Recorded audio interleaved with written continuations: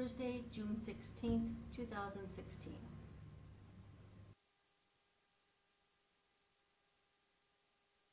America, and to the one nation under God, indivisible, with liberty and justice for all.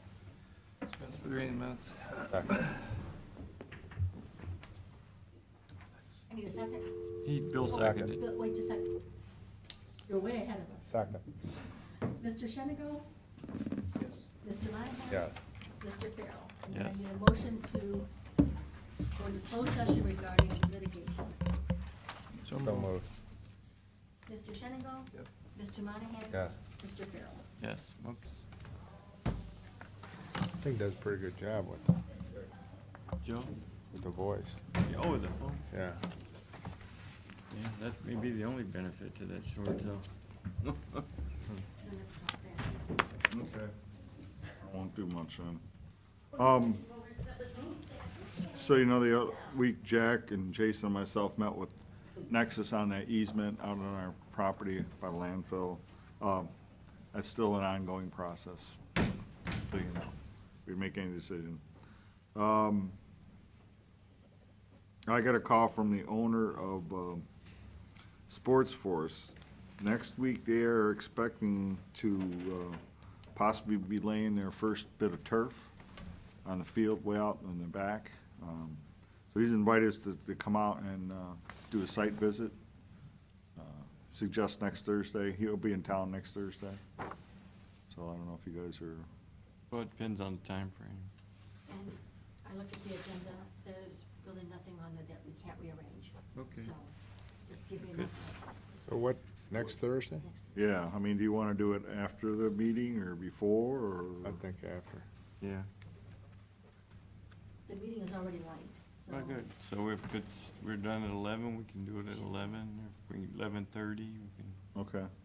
so I'll tell them to expect us somewhere around 11 o'clock? yeah. Okay.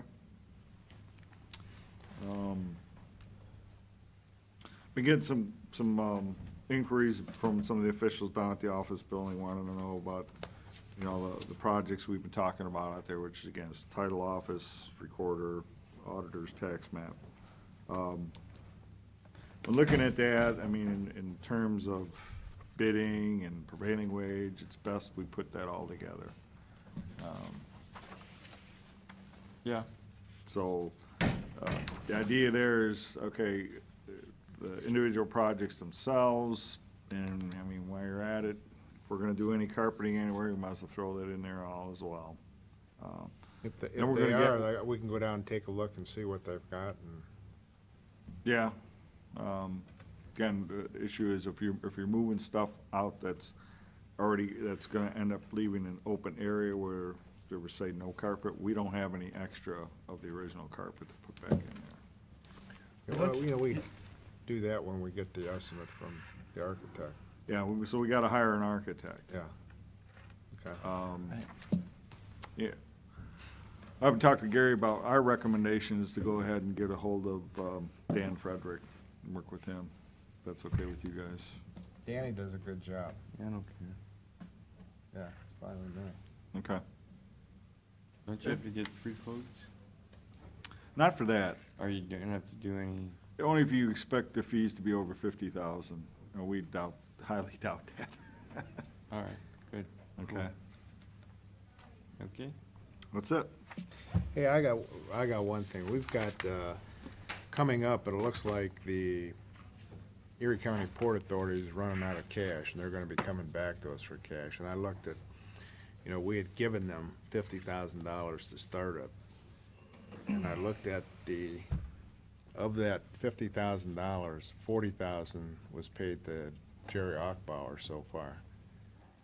And I'm not sure, you know, whether they actually need somebody for what's going on in the Port Authority right now, whether they really need a guy like Jerry Ochbauer, or do they need to maybe, when they have something, go out and get somebody on a as-is contractual basis.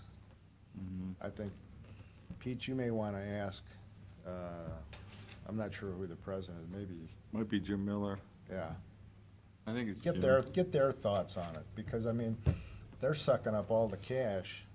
I've been at 2 meetings where, at Ecodeck meetings, where informational meetings, where Jerry Achbauer was there for 6 to 8 hours. Mhm. And I'm thinking, you know, I'm not sure what he was sitting in those meetings for. But I can talk to Jim. Pardon? Talk with Jim Miller and find out what their thoughts on it are. Okay.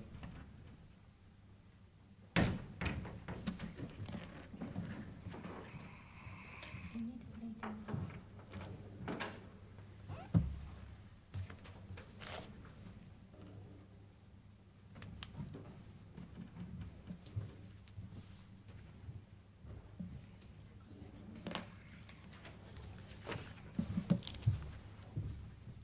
Do you wanna do those now while we wait for the? Yeah, let's do the resolutions. Resolution for the Board of County Commissioners for then and now. Second. Mr. Shenigo? Yep. Mr. Monahan? Yes. Mr. Farrell? Yes. Resolution authorizing auditor to make interfund transfer. Second. Mr. Shenigo? Yep. Mr. Monahan? Yes. Mr. Farrell? Yes. Resolution declaring certain items surplus in order to be sold or discarded, salvaged. Second. Mr. Shenigo? Yeah. Mr. Monahan? Yes. Mr. Farrell? Yes. Resolution authorizing auditor to make budget modification. Second. Mr. Shenigo? Yes. Mr. Monahan? Yes. Mr. Farrell? Yes. Resolution declaring certain items surplus in order to be sold by internet auction. Second. Mr. Shenigo? Yes. Mr. Monahan? Yes. Mr. Farrell? Yes. Resolution authorizing auditor to make supplemental appropriation. Second. Mr. Shenigo? Yes. Mr. Monahan? Yes. Mr. Farrell? Yes. Resolution confirming agreement with EHOVE and Erie County Sheriff. Second. Mr. Shenigo? Yes. Mr. Monahan? Yes. Mr. Farrell? Yes. Resolution for installment schedule payments of water tap fees located at 60048 Darrell Road. Second. Mr. Shenigo? Yes. Mr. Monahan? Yes. Mr. Farrell? Yes. I should have a motion up there setting July's meetings. I didn't say that. It's Is it in there? Maybe. The motion for the meetings, canceling the Monday meetings. Is that it? Canceling all the Monday meetings in July? Yeah. Right. So moved. Second. Mr. Shenigo? Yes. Mr. Monahan? Yes. Mr. Farrell? Yes. That's it, thank you.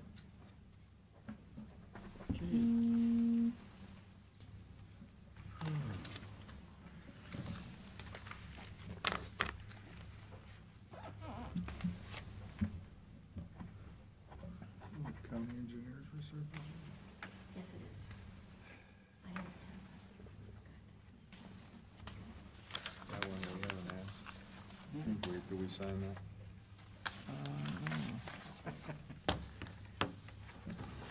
Yeah.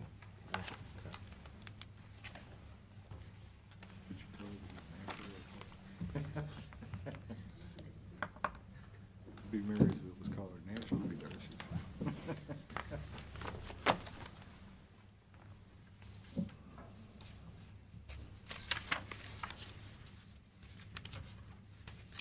Not as bad as it was Monday morning. Hey, one of the other things, before I forget, Pete, on the Port Authority, I also looked at, you know, their legal fees.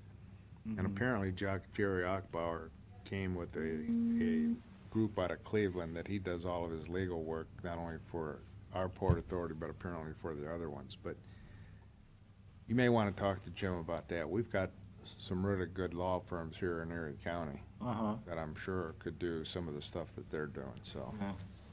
I think some of that had to do with the bond that they did with Borgers, the financing. But, you know, you need your bond counsel for that. Okay. Well, But if it's outside of that, if it's general counsel, then, yeah, yeah, it's I the see same, what you're it's saying. basically the same legal firm that he's used since he came in, Okay, so. all right. And it may be that, and if it's that, then I understand, but, you know, it's not something that you actually need him for to do. We can, anyway, talk to Jim and get their board's ideas on Kathy, that. I need one. Okay. Huh? I need one more. Okay. Hey Kathy, how you doing? Thank you. We gotta wait a minute, Jason.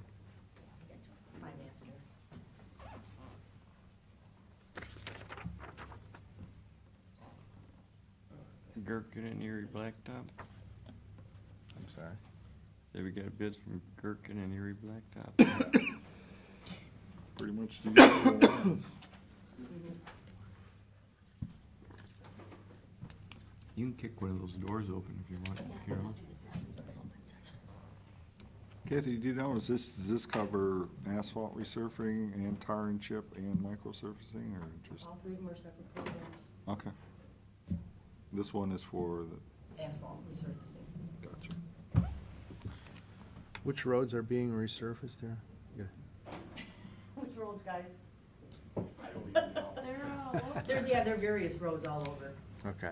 I tell you, Are you Perkins thinking have done a lot, or Elm they, Street resurfacing? in your We've got that one neighborhood, they coming did a up lot, they've done a lot. Probably August. No, that 7th, microsurfacing. that's, federal That program. works well back in your neighborhood. That one's from I think that Perkins, confused a lot of people that they put like. Federal it's kinda- programs mean Yeah, it's it's kinda like a federal tar and money. chip, and then they That's put good. that over top Yeah. of it. Yep. Well, For they the did. areas where they needed it, like my street where I'm at, We had that all the was cracks paved. and bust- Yeah, all they did was they just put the, the emulsion or whatever it is over the top. They didn't lay no stone first or anything like that.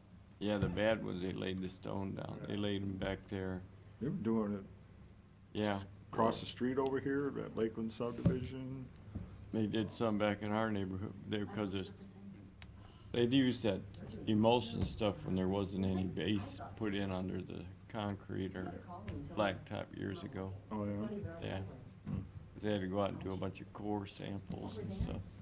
really. Subdivisions, yeah. Okay. Okay. Did you hear that? Okay, 10:05, we'll have the bid up in regards to the 2016 resurfacing program. Our first one is Gherkin paving.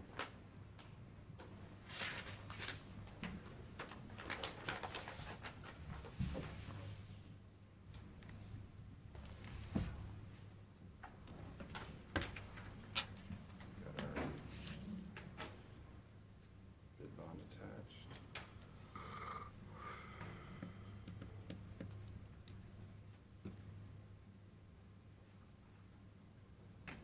All right, total amount, $1,087,541.93. 1,087,541.93.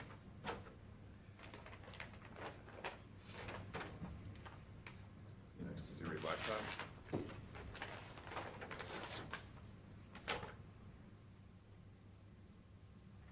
Bid bonds attached.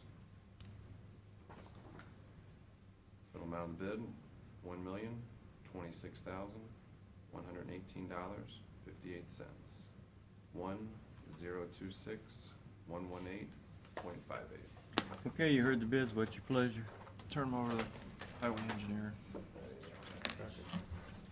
Mr. Shenigo, Mr. Monahan, Yeah. Mr. Farrell. Yes. Okay, Carrie.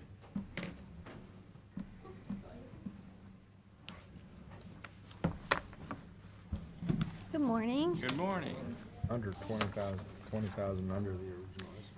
I thought I'd start out and let you know how many eligible people we've been serving since January of this year up to date. We have served, or we have a total of 857 people who are eligible for our services. 208 of those are from birth through age 2. Between the ages of 3 and 13, we have 195 individuals. From 13 to 21, which is our high school transition age kids, we have 134. And over the age of 22, we have 320 individuals.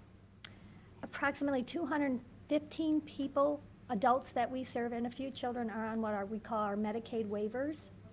Those are funding streams that we get from the federal government to support services for individuals with disabilities, where if it would be a $12,000 budget for a person to receive their services and supports, the federal government pays 60, and we pay 40% of that with our local dollars.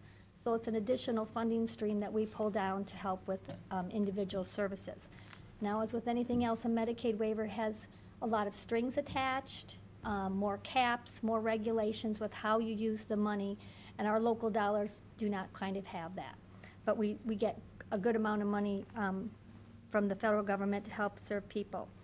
We serve 260 262 individuals on what we call individual budgets. And that is a system we put in place here in Erie County. And it is based off, if you were on a Medicaid waiver, what your 40% would be. And when you get your allotment for services, it's based on acuity. So if a person has a high need, they're dually diagnosed, they have many needs, they would be a high acuity. And if you have need minimal supports, you would be a low acuity. So your 40% is based on where you fall in your needs base. So in the individual budget system, it also allows individuals to have possibly less restrictions that the federal government would put on and more decision-making to how they want to build the services around. They may want to use a local provider that maybe isn't a Medicaid provider. They maybe want somebody in the community to help serve them versus somebody who is under the federal Medicaid program. There are three, I want to we get 3 types of waivers: level 1, IO, self, and we also get a TDD waiver for our individuals. The TDD waiver is being eliminated by the government. The HIO will no longer have transitional developmental waivers, and they will be rolled over into IO waivers. We have about 14 people on TDD waivers at this time, and this is going to be a stressful thing for families and individuals to move from the transitional to TDD waiver to an IO waiver because there was a different package of services. Some of the family members were also the service providers under the TDD waiver, and they will see a funding cut in what they could be reimbursed for with the services they provided as a family member. So I just kind of put it out there. That's one of our challenges, is helping families move from one package of services. Who decided to make those changes? Those changes were made at the state level. Those changes were made at the state level. At the federal level, but the state level. Yeah, the TDD waiver is a Ohio waiver. Okay. Okay, so that's an Ohio waiver. So more local cuts to the local government. Yeah, yeah. That waiver, just to kind of give you a little bit of background, was previously, we administer that waiver now, but we just took that waiver over about 2 years ago. It was administered by CareStar before us. So CareStar was the administrator of that waiver. There were some issues and problems with how CareStar was handling their administration of those waivers. They came to DD at the state level and said, please take over these waivers. Okay, so the state said we'll take them over, and then the counties have to administer them. So a lot of what we've had to tell families during this transition time is that our hands are tied. This is something that was above us, but we're on the front line telling families these are the changes that are going to happen. As always, yes. Yeah, so I just kind of wanted to let you know that is a challenge. I mean, we have people in people's homes telling them that things are going to change, that they, you know, as always happens, but we'll get through it, we'll support you, we'll get there. When did that happen, Carrie? The TDD waiver, about 2 years ago. I think it was, 16 now, actually 13 or 12, they started the transition. This is what I called you about, that one person, the daughter, that he called you up and she wasn't getting her services anymore. Yeah, I've gotten, just to let you know too, I've gotten a couple letters from parents that they're looking at their legal options, that they, you know, they don't want the TDD waiver to go, they don't want the change to happen. Yeah. And what we, you know, they know it's above our level, so their, you know, their legal issues are gonna go above us for, you know, the concern that they have. There was it wasn't administered real well. And so when we stepped in to administer, we had to help families understand that maybe the system they were in wasn't administering it well, so I had to tell them some things differently, and now it's also on the process. In 2017 of July, everyone will be flipped over to an IO waiver. And some of those costs we'll have to absorb locally when that flip happens, because the TDD waiver doesn't have the same package of services that the IO waiver has. So there'll be an additional service that we'll have to cover the 40% of. So we're kind of at the state level calculating all of that. Our individual budgets have been really nice for people. People have been able to look for local providers and local service and directly contract with the board for things like transportation, some home care drop-in services, equine therapy and those kinds of things that might not have been covered under their Medicaid waiver. The state does carry what's called a waiting list for waivers. So locally, we follow a Ohio Revised Code to carry a waiting list for waivers. And the Erie County waiting list is comprised of people who say they want a waiver. So statewide, everybody has a county waiver waiting list. And it looks like everybody's waiting for these waivers statewide. But in Erie County, if somebody's on a waiting list for a waiver, we offer them an individual budget. Okay, so we offer them local dollars based on their need so that they can access services while they sit on the waiver waiting list. Does that make sense? It's a really good thing that we do here. So we go down our waiver waiting list and we say, you know, who's waiting for an IO waiver, a level 1 waiver, a self waiver, and then offer them, while they're waiting, some local dollars to help with whatever they would need.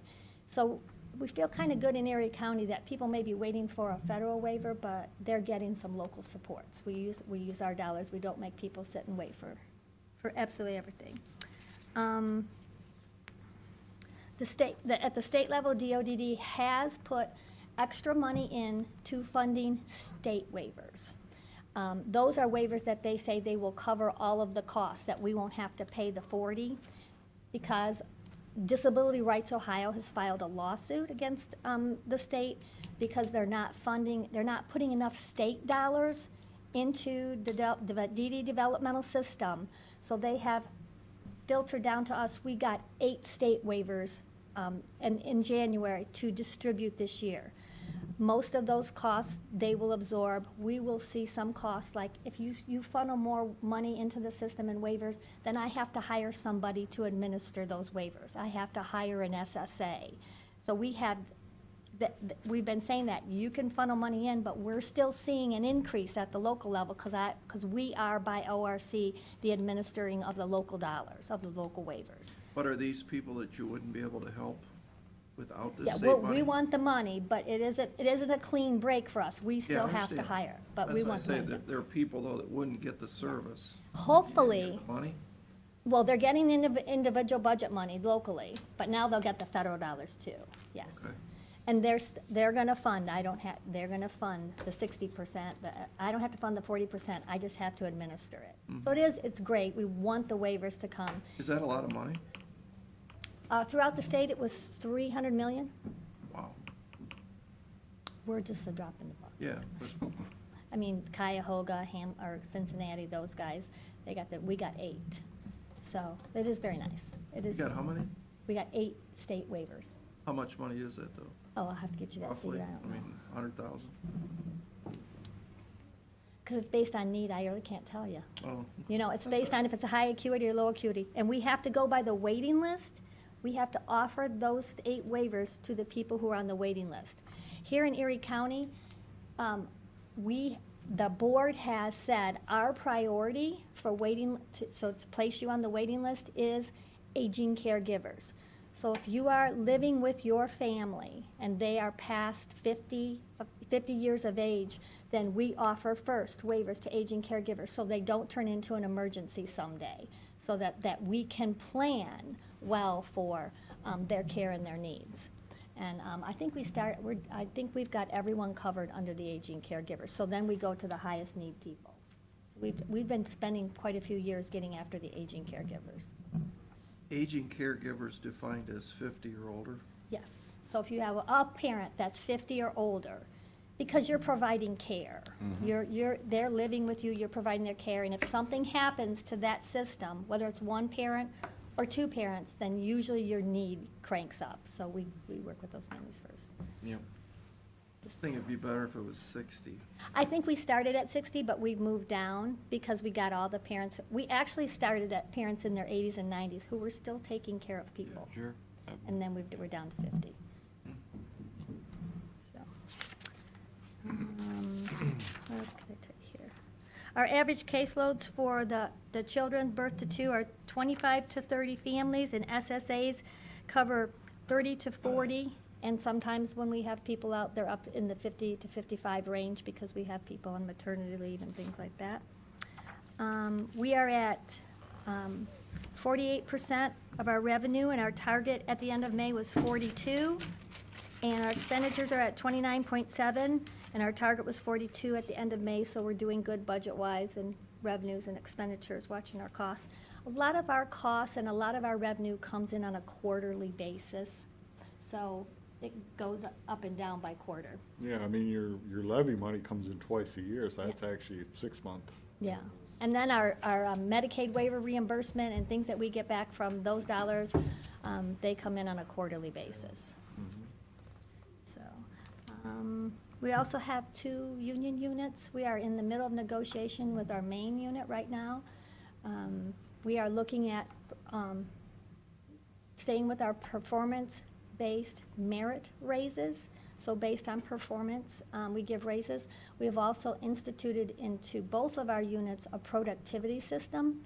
So if we have a highly productive, efficient, effective, really delivering a lot of services to families and kids, you can earn more money based on how productive you are. And have a whole system around that too. What would be the average age of your employees? Any idea? It is getting younger.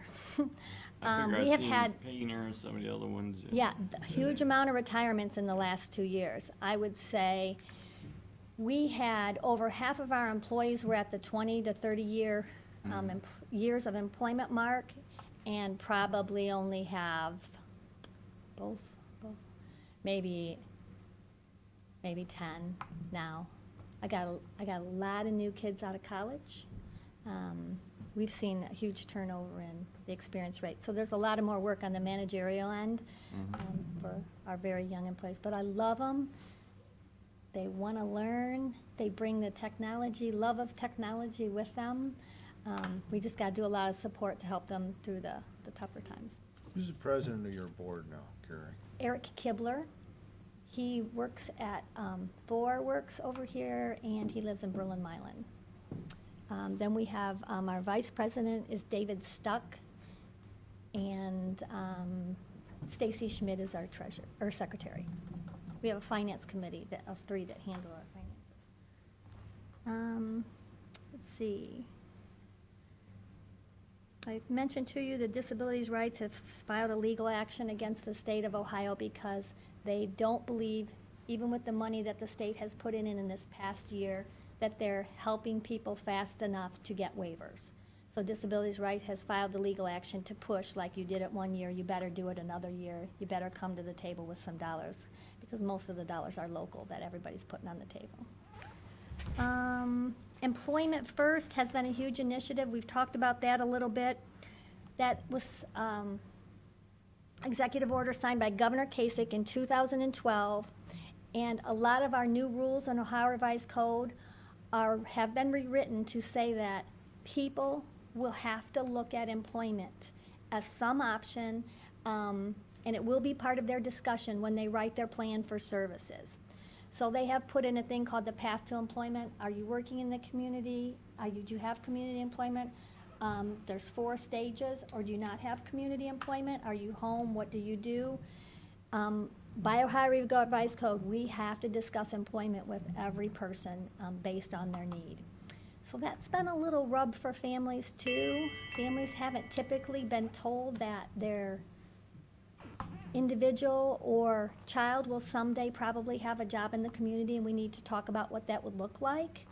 So we have probably 50% of the people are happy about it, 50% of the people are thinking, no, I don't ever want to work in the community, and I should never have to because I have a disability. So we got a little bit of Philosophy culture change. difference, It's a yeah. huge culture change, but we are, by Ohio Revised Code and by state order, looking at that. We have, they term employment, competitive employment, community employment, as making minimum wage. So we have our sheltered workshops, which would be Ability Works, that privatized, and they can pay sub-minimum wage. They have a sub-minimum wage certificate to pay sub-minimum wage. There's pressure from stakeholders to say, they go to work every day, they work 5 days a week, they're getting nothing for retirement, they're not putting back in the system, that they want sheltered workshops also to pay minimum wage. So there's a little pushback in that area. But I think that push is to help people that could be out making minimum wage not be stuck in a sheltered workshop and making sub-minimum wage. Because it's easy to keep those people there working for sub-minimum wage than to push them to go out and make minimum wage. There are some people who are very employable who are still in sheltered workshops making sub-minimum wage. So we have 76 individuals in the community making competitive employment wage. We have 133 in sheltered workshops. We have 30 individuals volunteering in the community, because we know that volunteering can often lead to employment. If you start to volunteer, if your skill sets increase, if people see you as a value to their agency, wherever you're volunteering in your community, that they will often offer you a job. Samantha Beverick had started out volunteering at the Commons when she got out of high school on the Alzheimer's unit, and then she was volunteering for other things, and 2 to 3 years later somebody said, why aren't you working here? You're here all the time, you do great work. She's had competitive employment ever since. But we know that volunteering and people knowing you and meeting you and working with you in your community will lead to employment, so that's another huge initiative of ours. We have 16 people have declared we're in retirement. That's another initiative in the developmental disabilities world, is that people have let people age out and sent them to work until their 80s and their 90s and not said, when do you want to retire? You know, we talk about retirement, but often people who are in sub-minimum wage situations, they keep putting them on the bus and sending them well into their golden years. Now, if that's something somebody wants to do, that's great, but we have not had conversations with people about, are you ready to retire? So that's also another thing.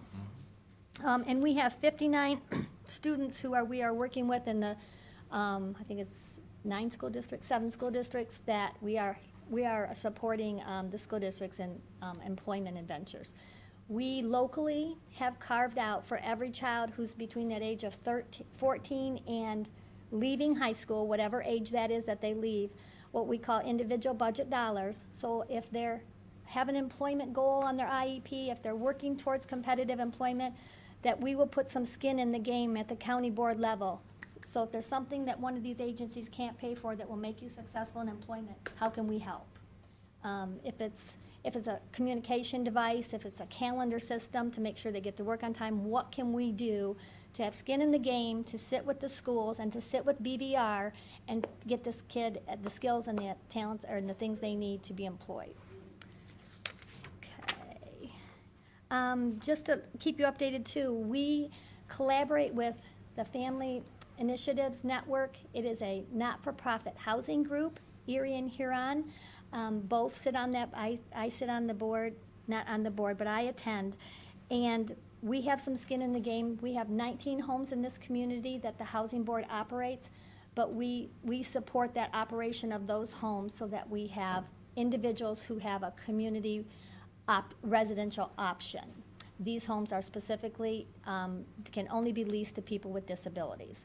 And most times in our 19 homes, it is a roommate situation, so we will have between 2 and 4 individuals living together based on the size of the home. So, and that's another initiative that's coming from the state and federal level is they're downsizing our DCs, the Tiffin Developmental Center. They're looking for options for people to live in their community, and it's just not there right now. We have to build that base, so that's a challenge. Transportation, we have been looking to be the provider of last resort. In September of 15 last year, we received a directive from the state that we had to set benchmarks for how we would get out of the service business, and we would be, because we coordinate the services and write the plans, it's called conflict of interest. That means I'm writing a plan and I'm hiring myself to do the service. So statewide cannot have that conflict of interest. The feds have said, Ohio, we've told you to stop doing this a long time ago and you didn't. So now we have mandates to set benchmarks. So county boards like Sandusky and Huron, they are privatizing their workshops, which we did back in 2008, 2007, 2008. And now for any other services, transportation, or anything else that you are writing the plan for, you cannot also be the provider of service. Ohio has written in their transition plan that they will, by 2024, that all county boards will be totally out of the business of providing services. The feds have accepted, CMS has accepted that plan, but said the 2019 is their drop dead date, and they know we won't make it, but they won't change, they won't say that they'll accept our but they know we won't make it, and they will work with us to get there. We are sitting very good in Erie County. Over the years, we have transitioned out of being the writer of the plan and paying ourselves. So we have a good amount of private providers, and for transport. Including STS, or Sandusky. Yes, STS, we have taxi services. We also have providers like Renaissance House, Ability Works. They all have transportation also. So how many buses do you still operate? We still have the 2 big white buses, Yeah. but we have 4 cars and 2 minivans. What'd you do with all those buses? Put them on Gov Deals. Is there any more on there right now? There will be one coming up. We need one at the nursing home. What can we work out on that? Got to go to Gov Deals. Right, there's no way around that? I think we tried that before. Oh, between government agencies. We can do that? We can do Okay. that. Okay, Diane, my transportation coordinator, just submitted a plan to me on, for the rest of this year, we want to get rid of one of the wide-body white vans or buses, and replace one of our minivans too. Why don't you look into that, Pete, because that one looking kind of rough out there. We've been really successful. We're replacing one of our vans with the Ford Transit, which is handicap accessible, and we're looking at another Ford Transit, handicap accessible transit. They're better on gas, they're cheaper. I think we're getting it for 40-some thousand, and typically they're around 50 or 60 for the big wide-bodied No, bus type. the big wide bodies, the employees have to have a CDL to operate those, is that correct? No. No, not if it's under 12 or under. Okay, all right. 12 or under, you don't need it. All right, I think if you go over 12, you do. okay. But one of the things we had to submit as our benchmark, because we have been slowly transferring the business to private providers, is that we would be the provider of last resort for transportation. So that is why we maintain some transportation, because people have to get to work. Yeah, So when I makes have an sense. individual that needs to be on Black Friday at Myers to work at 2 o'clock in the morning, we put it out there, nobody wants to do that run, we're doing the runs.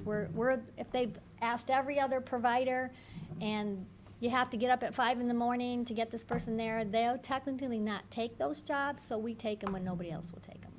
So we'll Okay. continue to be the provider of last resort. We are, the board is meeting and looking at a replacement levy for the fall. So we'll be talking with the auditor and talking with you now, and we're talking with you more about a replacement levy and a possible 0.5 mil additional. The replacement levy would bring us approximately $947,523 just on replacement. And then an additional 0.5 mil would bring $982,521. So about the same amount. And this is going to help. We have not been on the levy since 2003. We have not replaced dollars at any time. At that time, we went on as a replacement in 2003, an additional 0.5 mil. So we functioned, our enrollment or our eligibility back then was 450, and we're at 827 right now. So we've really been tweaking our services in order to continue to provide the individual budget services and the waiver match. As people get more and more waivers, we'll need to do something. We're kind of living on our reserves and savings right now. Are you privy to all the information that she has as far as what this additional levy would bring in? Will it bring in new monies then, $1 million? Replacement it will. I haven't Replacement? seen it. Replacement, we should get an additional, Almost $1 million. 9.4, yeah, around 9.5. Evaluation in the replacement levy. Yeah. Yeah, Yeah. we haven't done anything since then. And the 5 mil will take us out for all the new additional people and the kids that we'll be adding on that are gonna grow up and look for additional waiver services as they age. Is that another $1 million then too? Yep. So there's $2 million new money. around 1 to 1.5 right now, eating into our reserves Yeah. I mean, I didn't want to go until it was a need. That's why I Not say a I want. think it'd be interesting to see that, you know, you're gonna have to Yeah. make your We'll pitch get, we'll to the have our public 5-year anyway. projection and everything for you. We're actually finalizing all of our data, and we'll be giving that to you. Okay. That's pretty much all I've had. Great. Unless you have any Informative report. questions? Nope. Yep. I'm good. Informative report, thank you.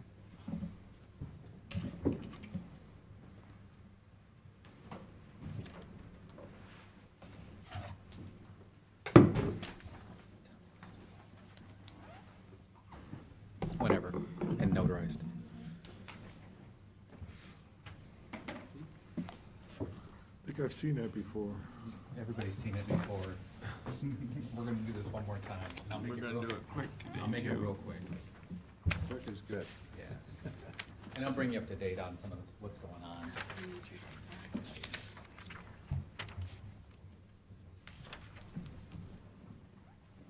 Sandy, will you make sure you sign the sign-in sheet?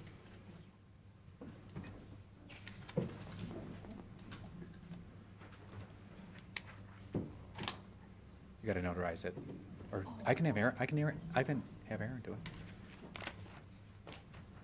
Or Cindy, I can have Cindy do it too. We wait for Mr. Shenigo or? No, let's go, I gotta be out of here. All I right. gotta be in Norwalk. All right. We are meeting today. This is what we'll consider the second public hearing for the Downtown Revitalization and Critical Infrastructure Grant.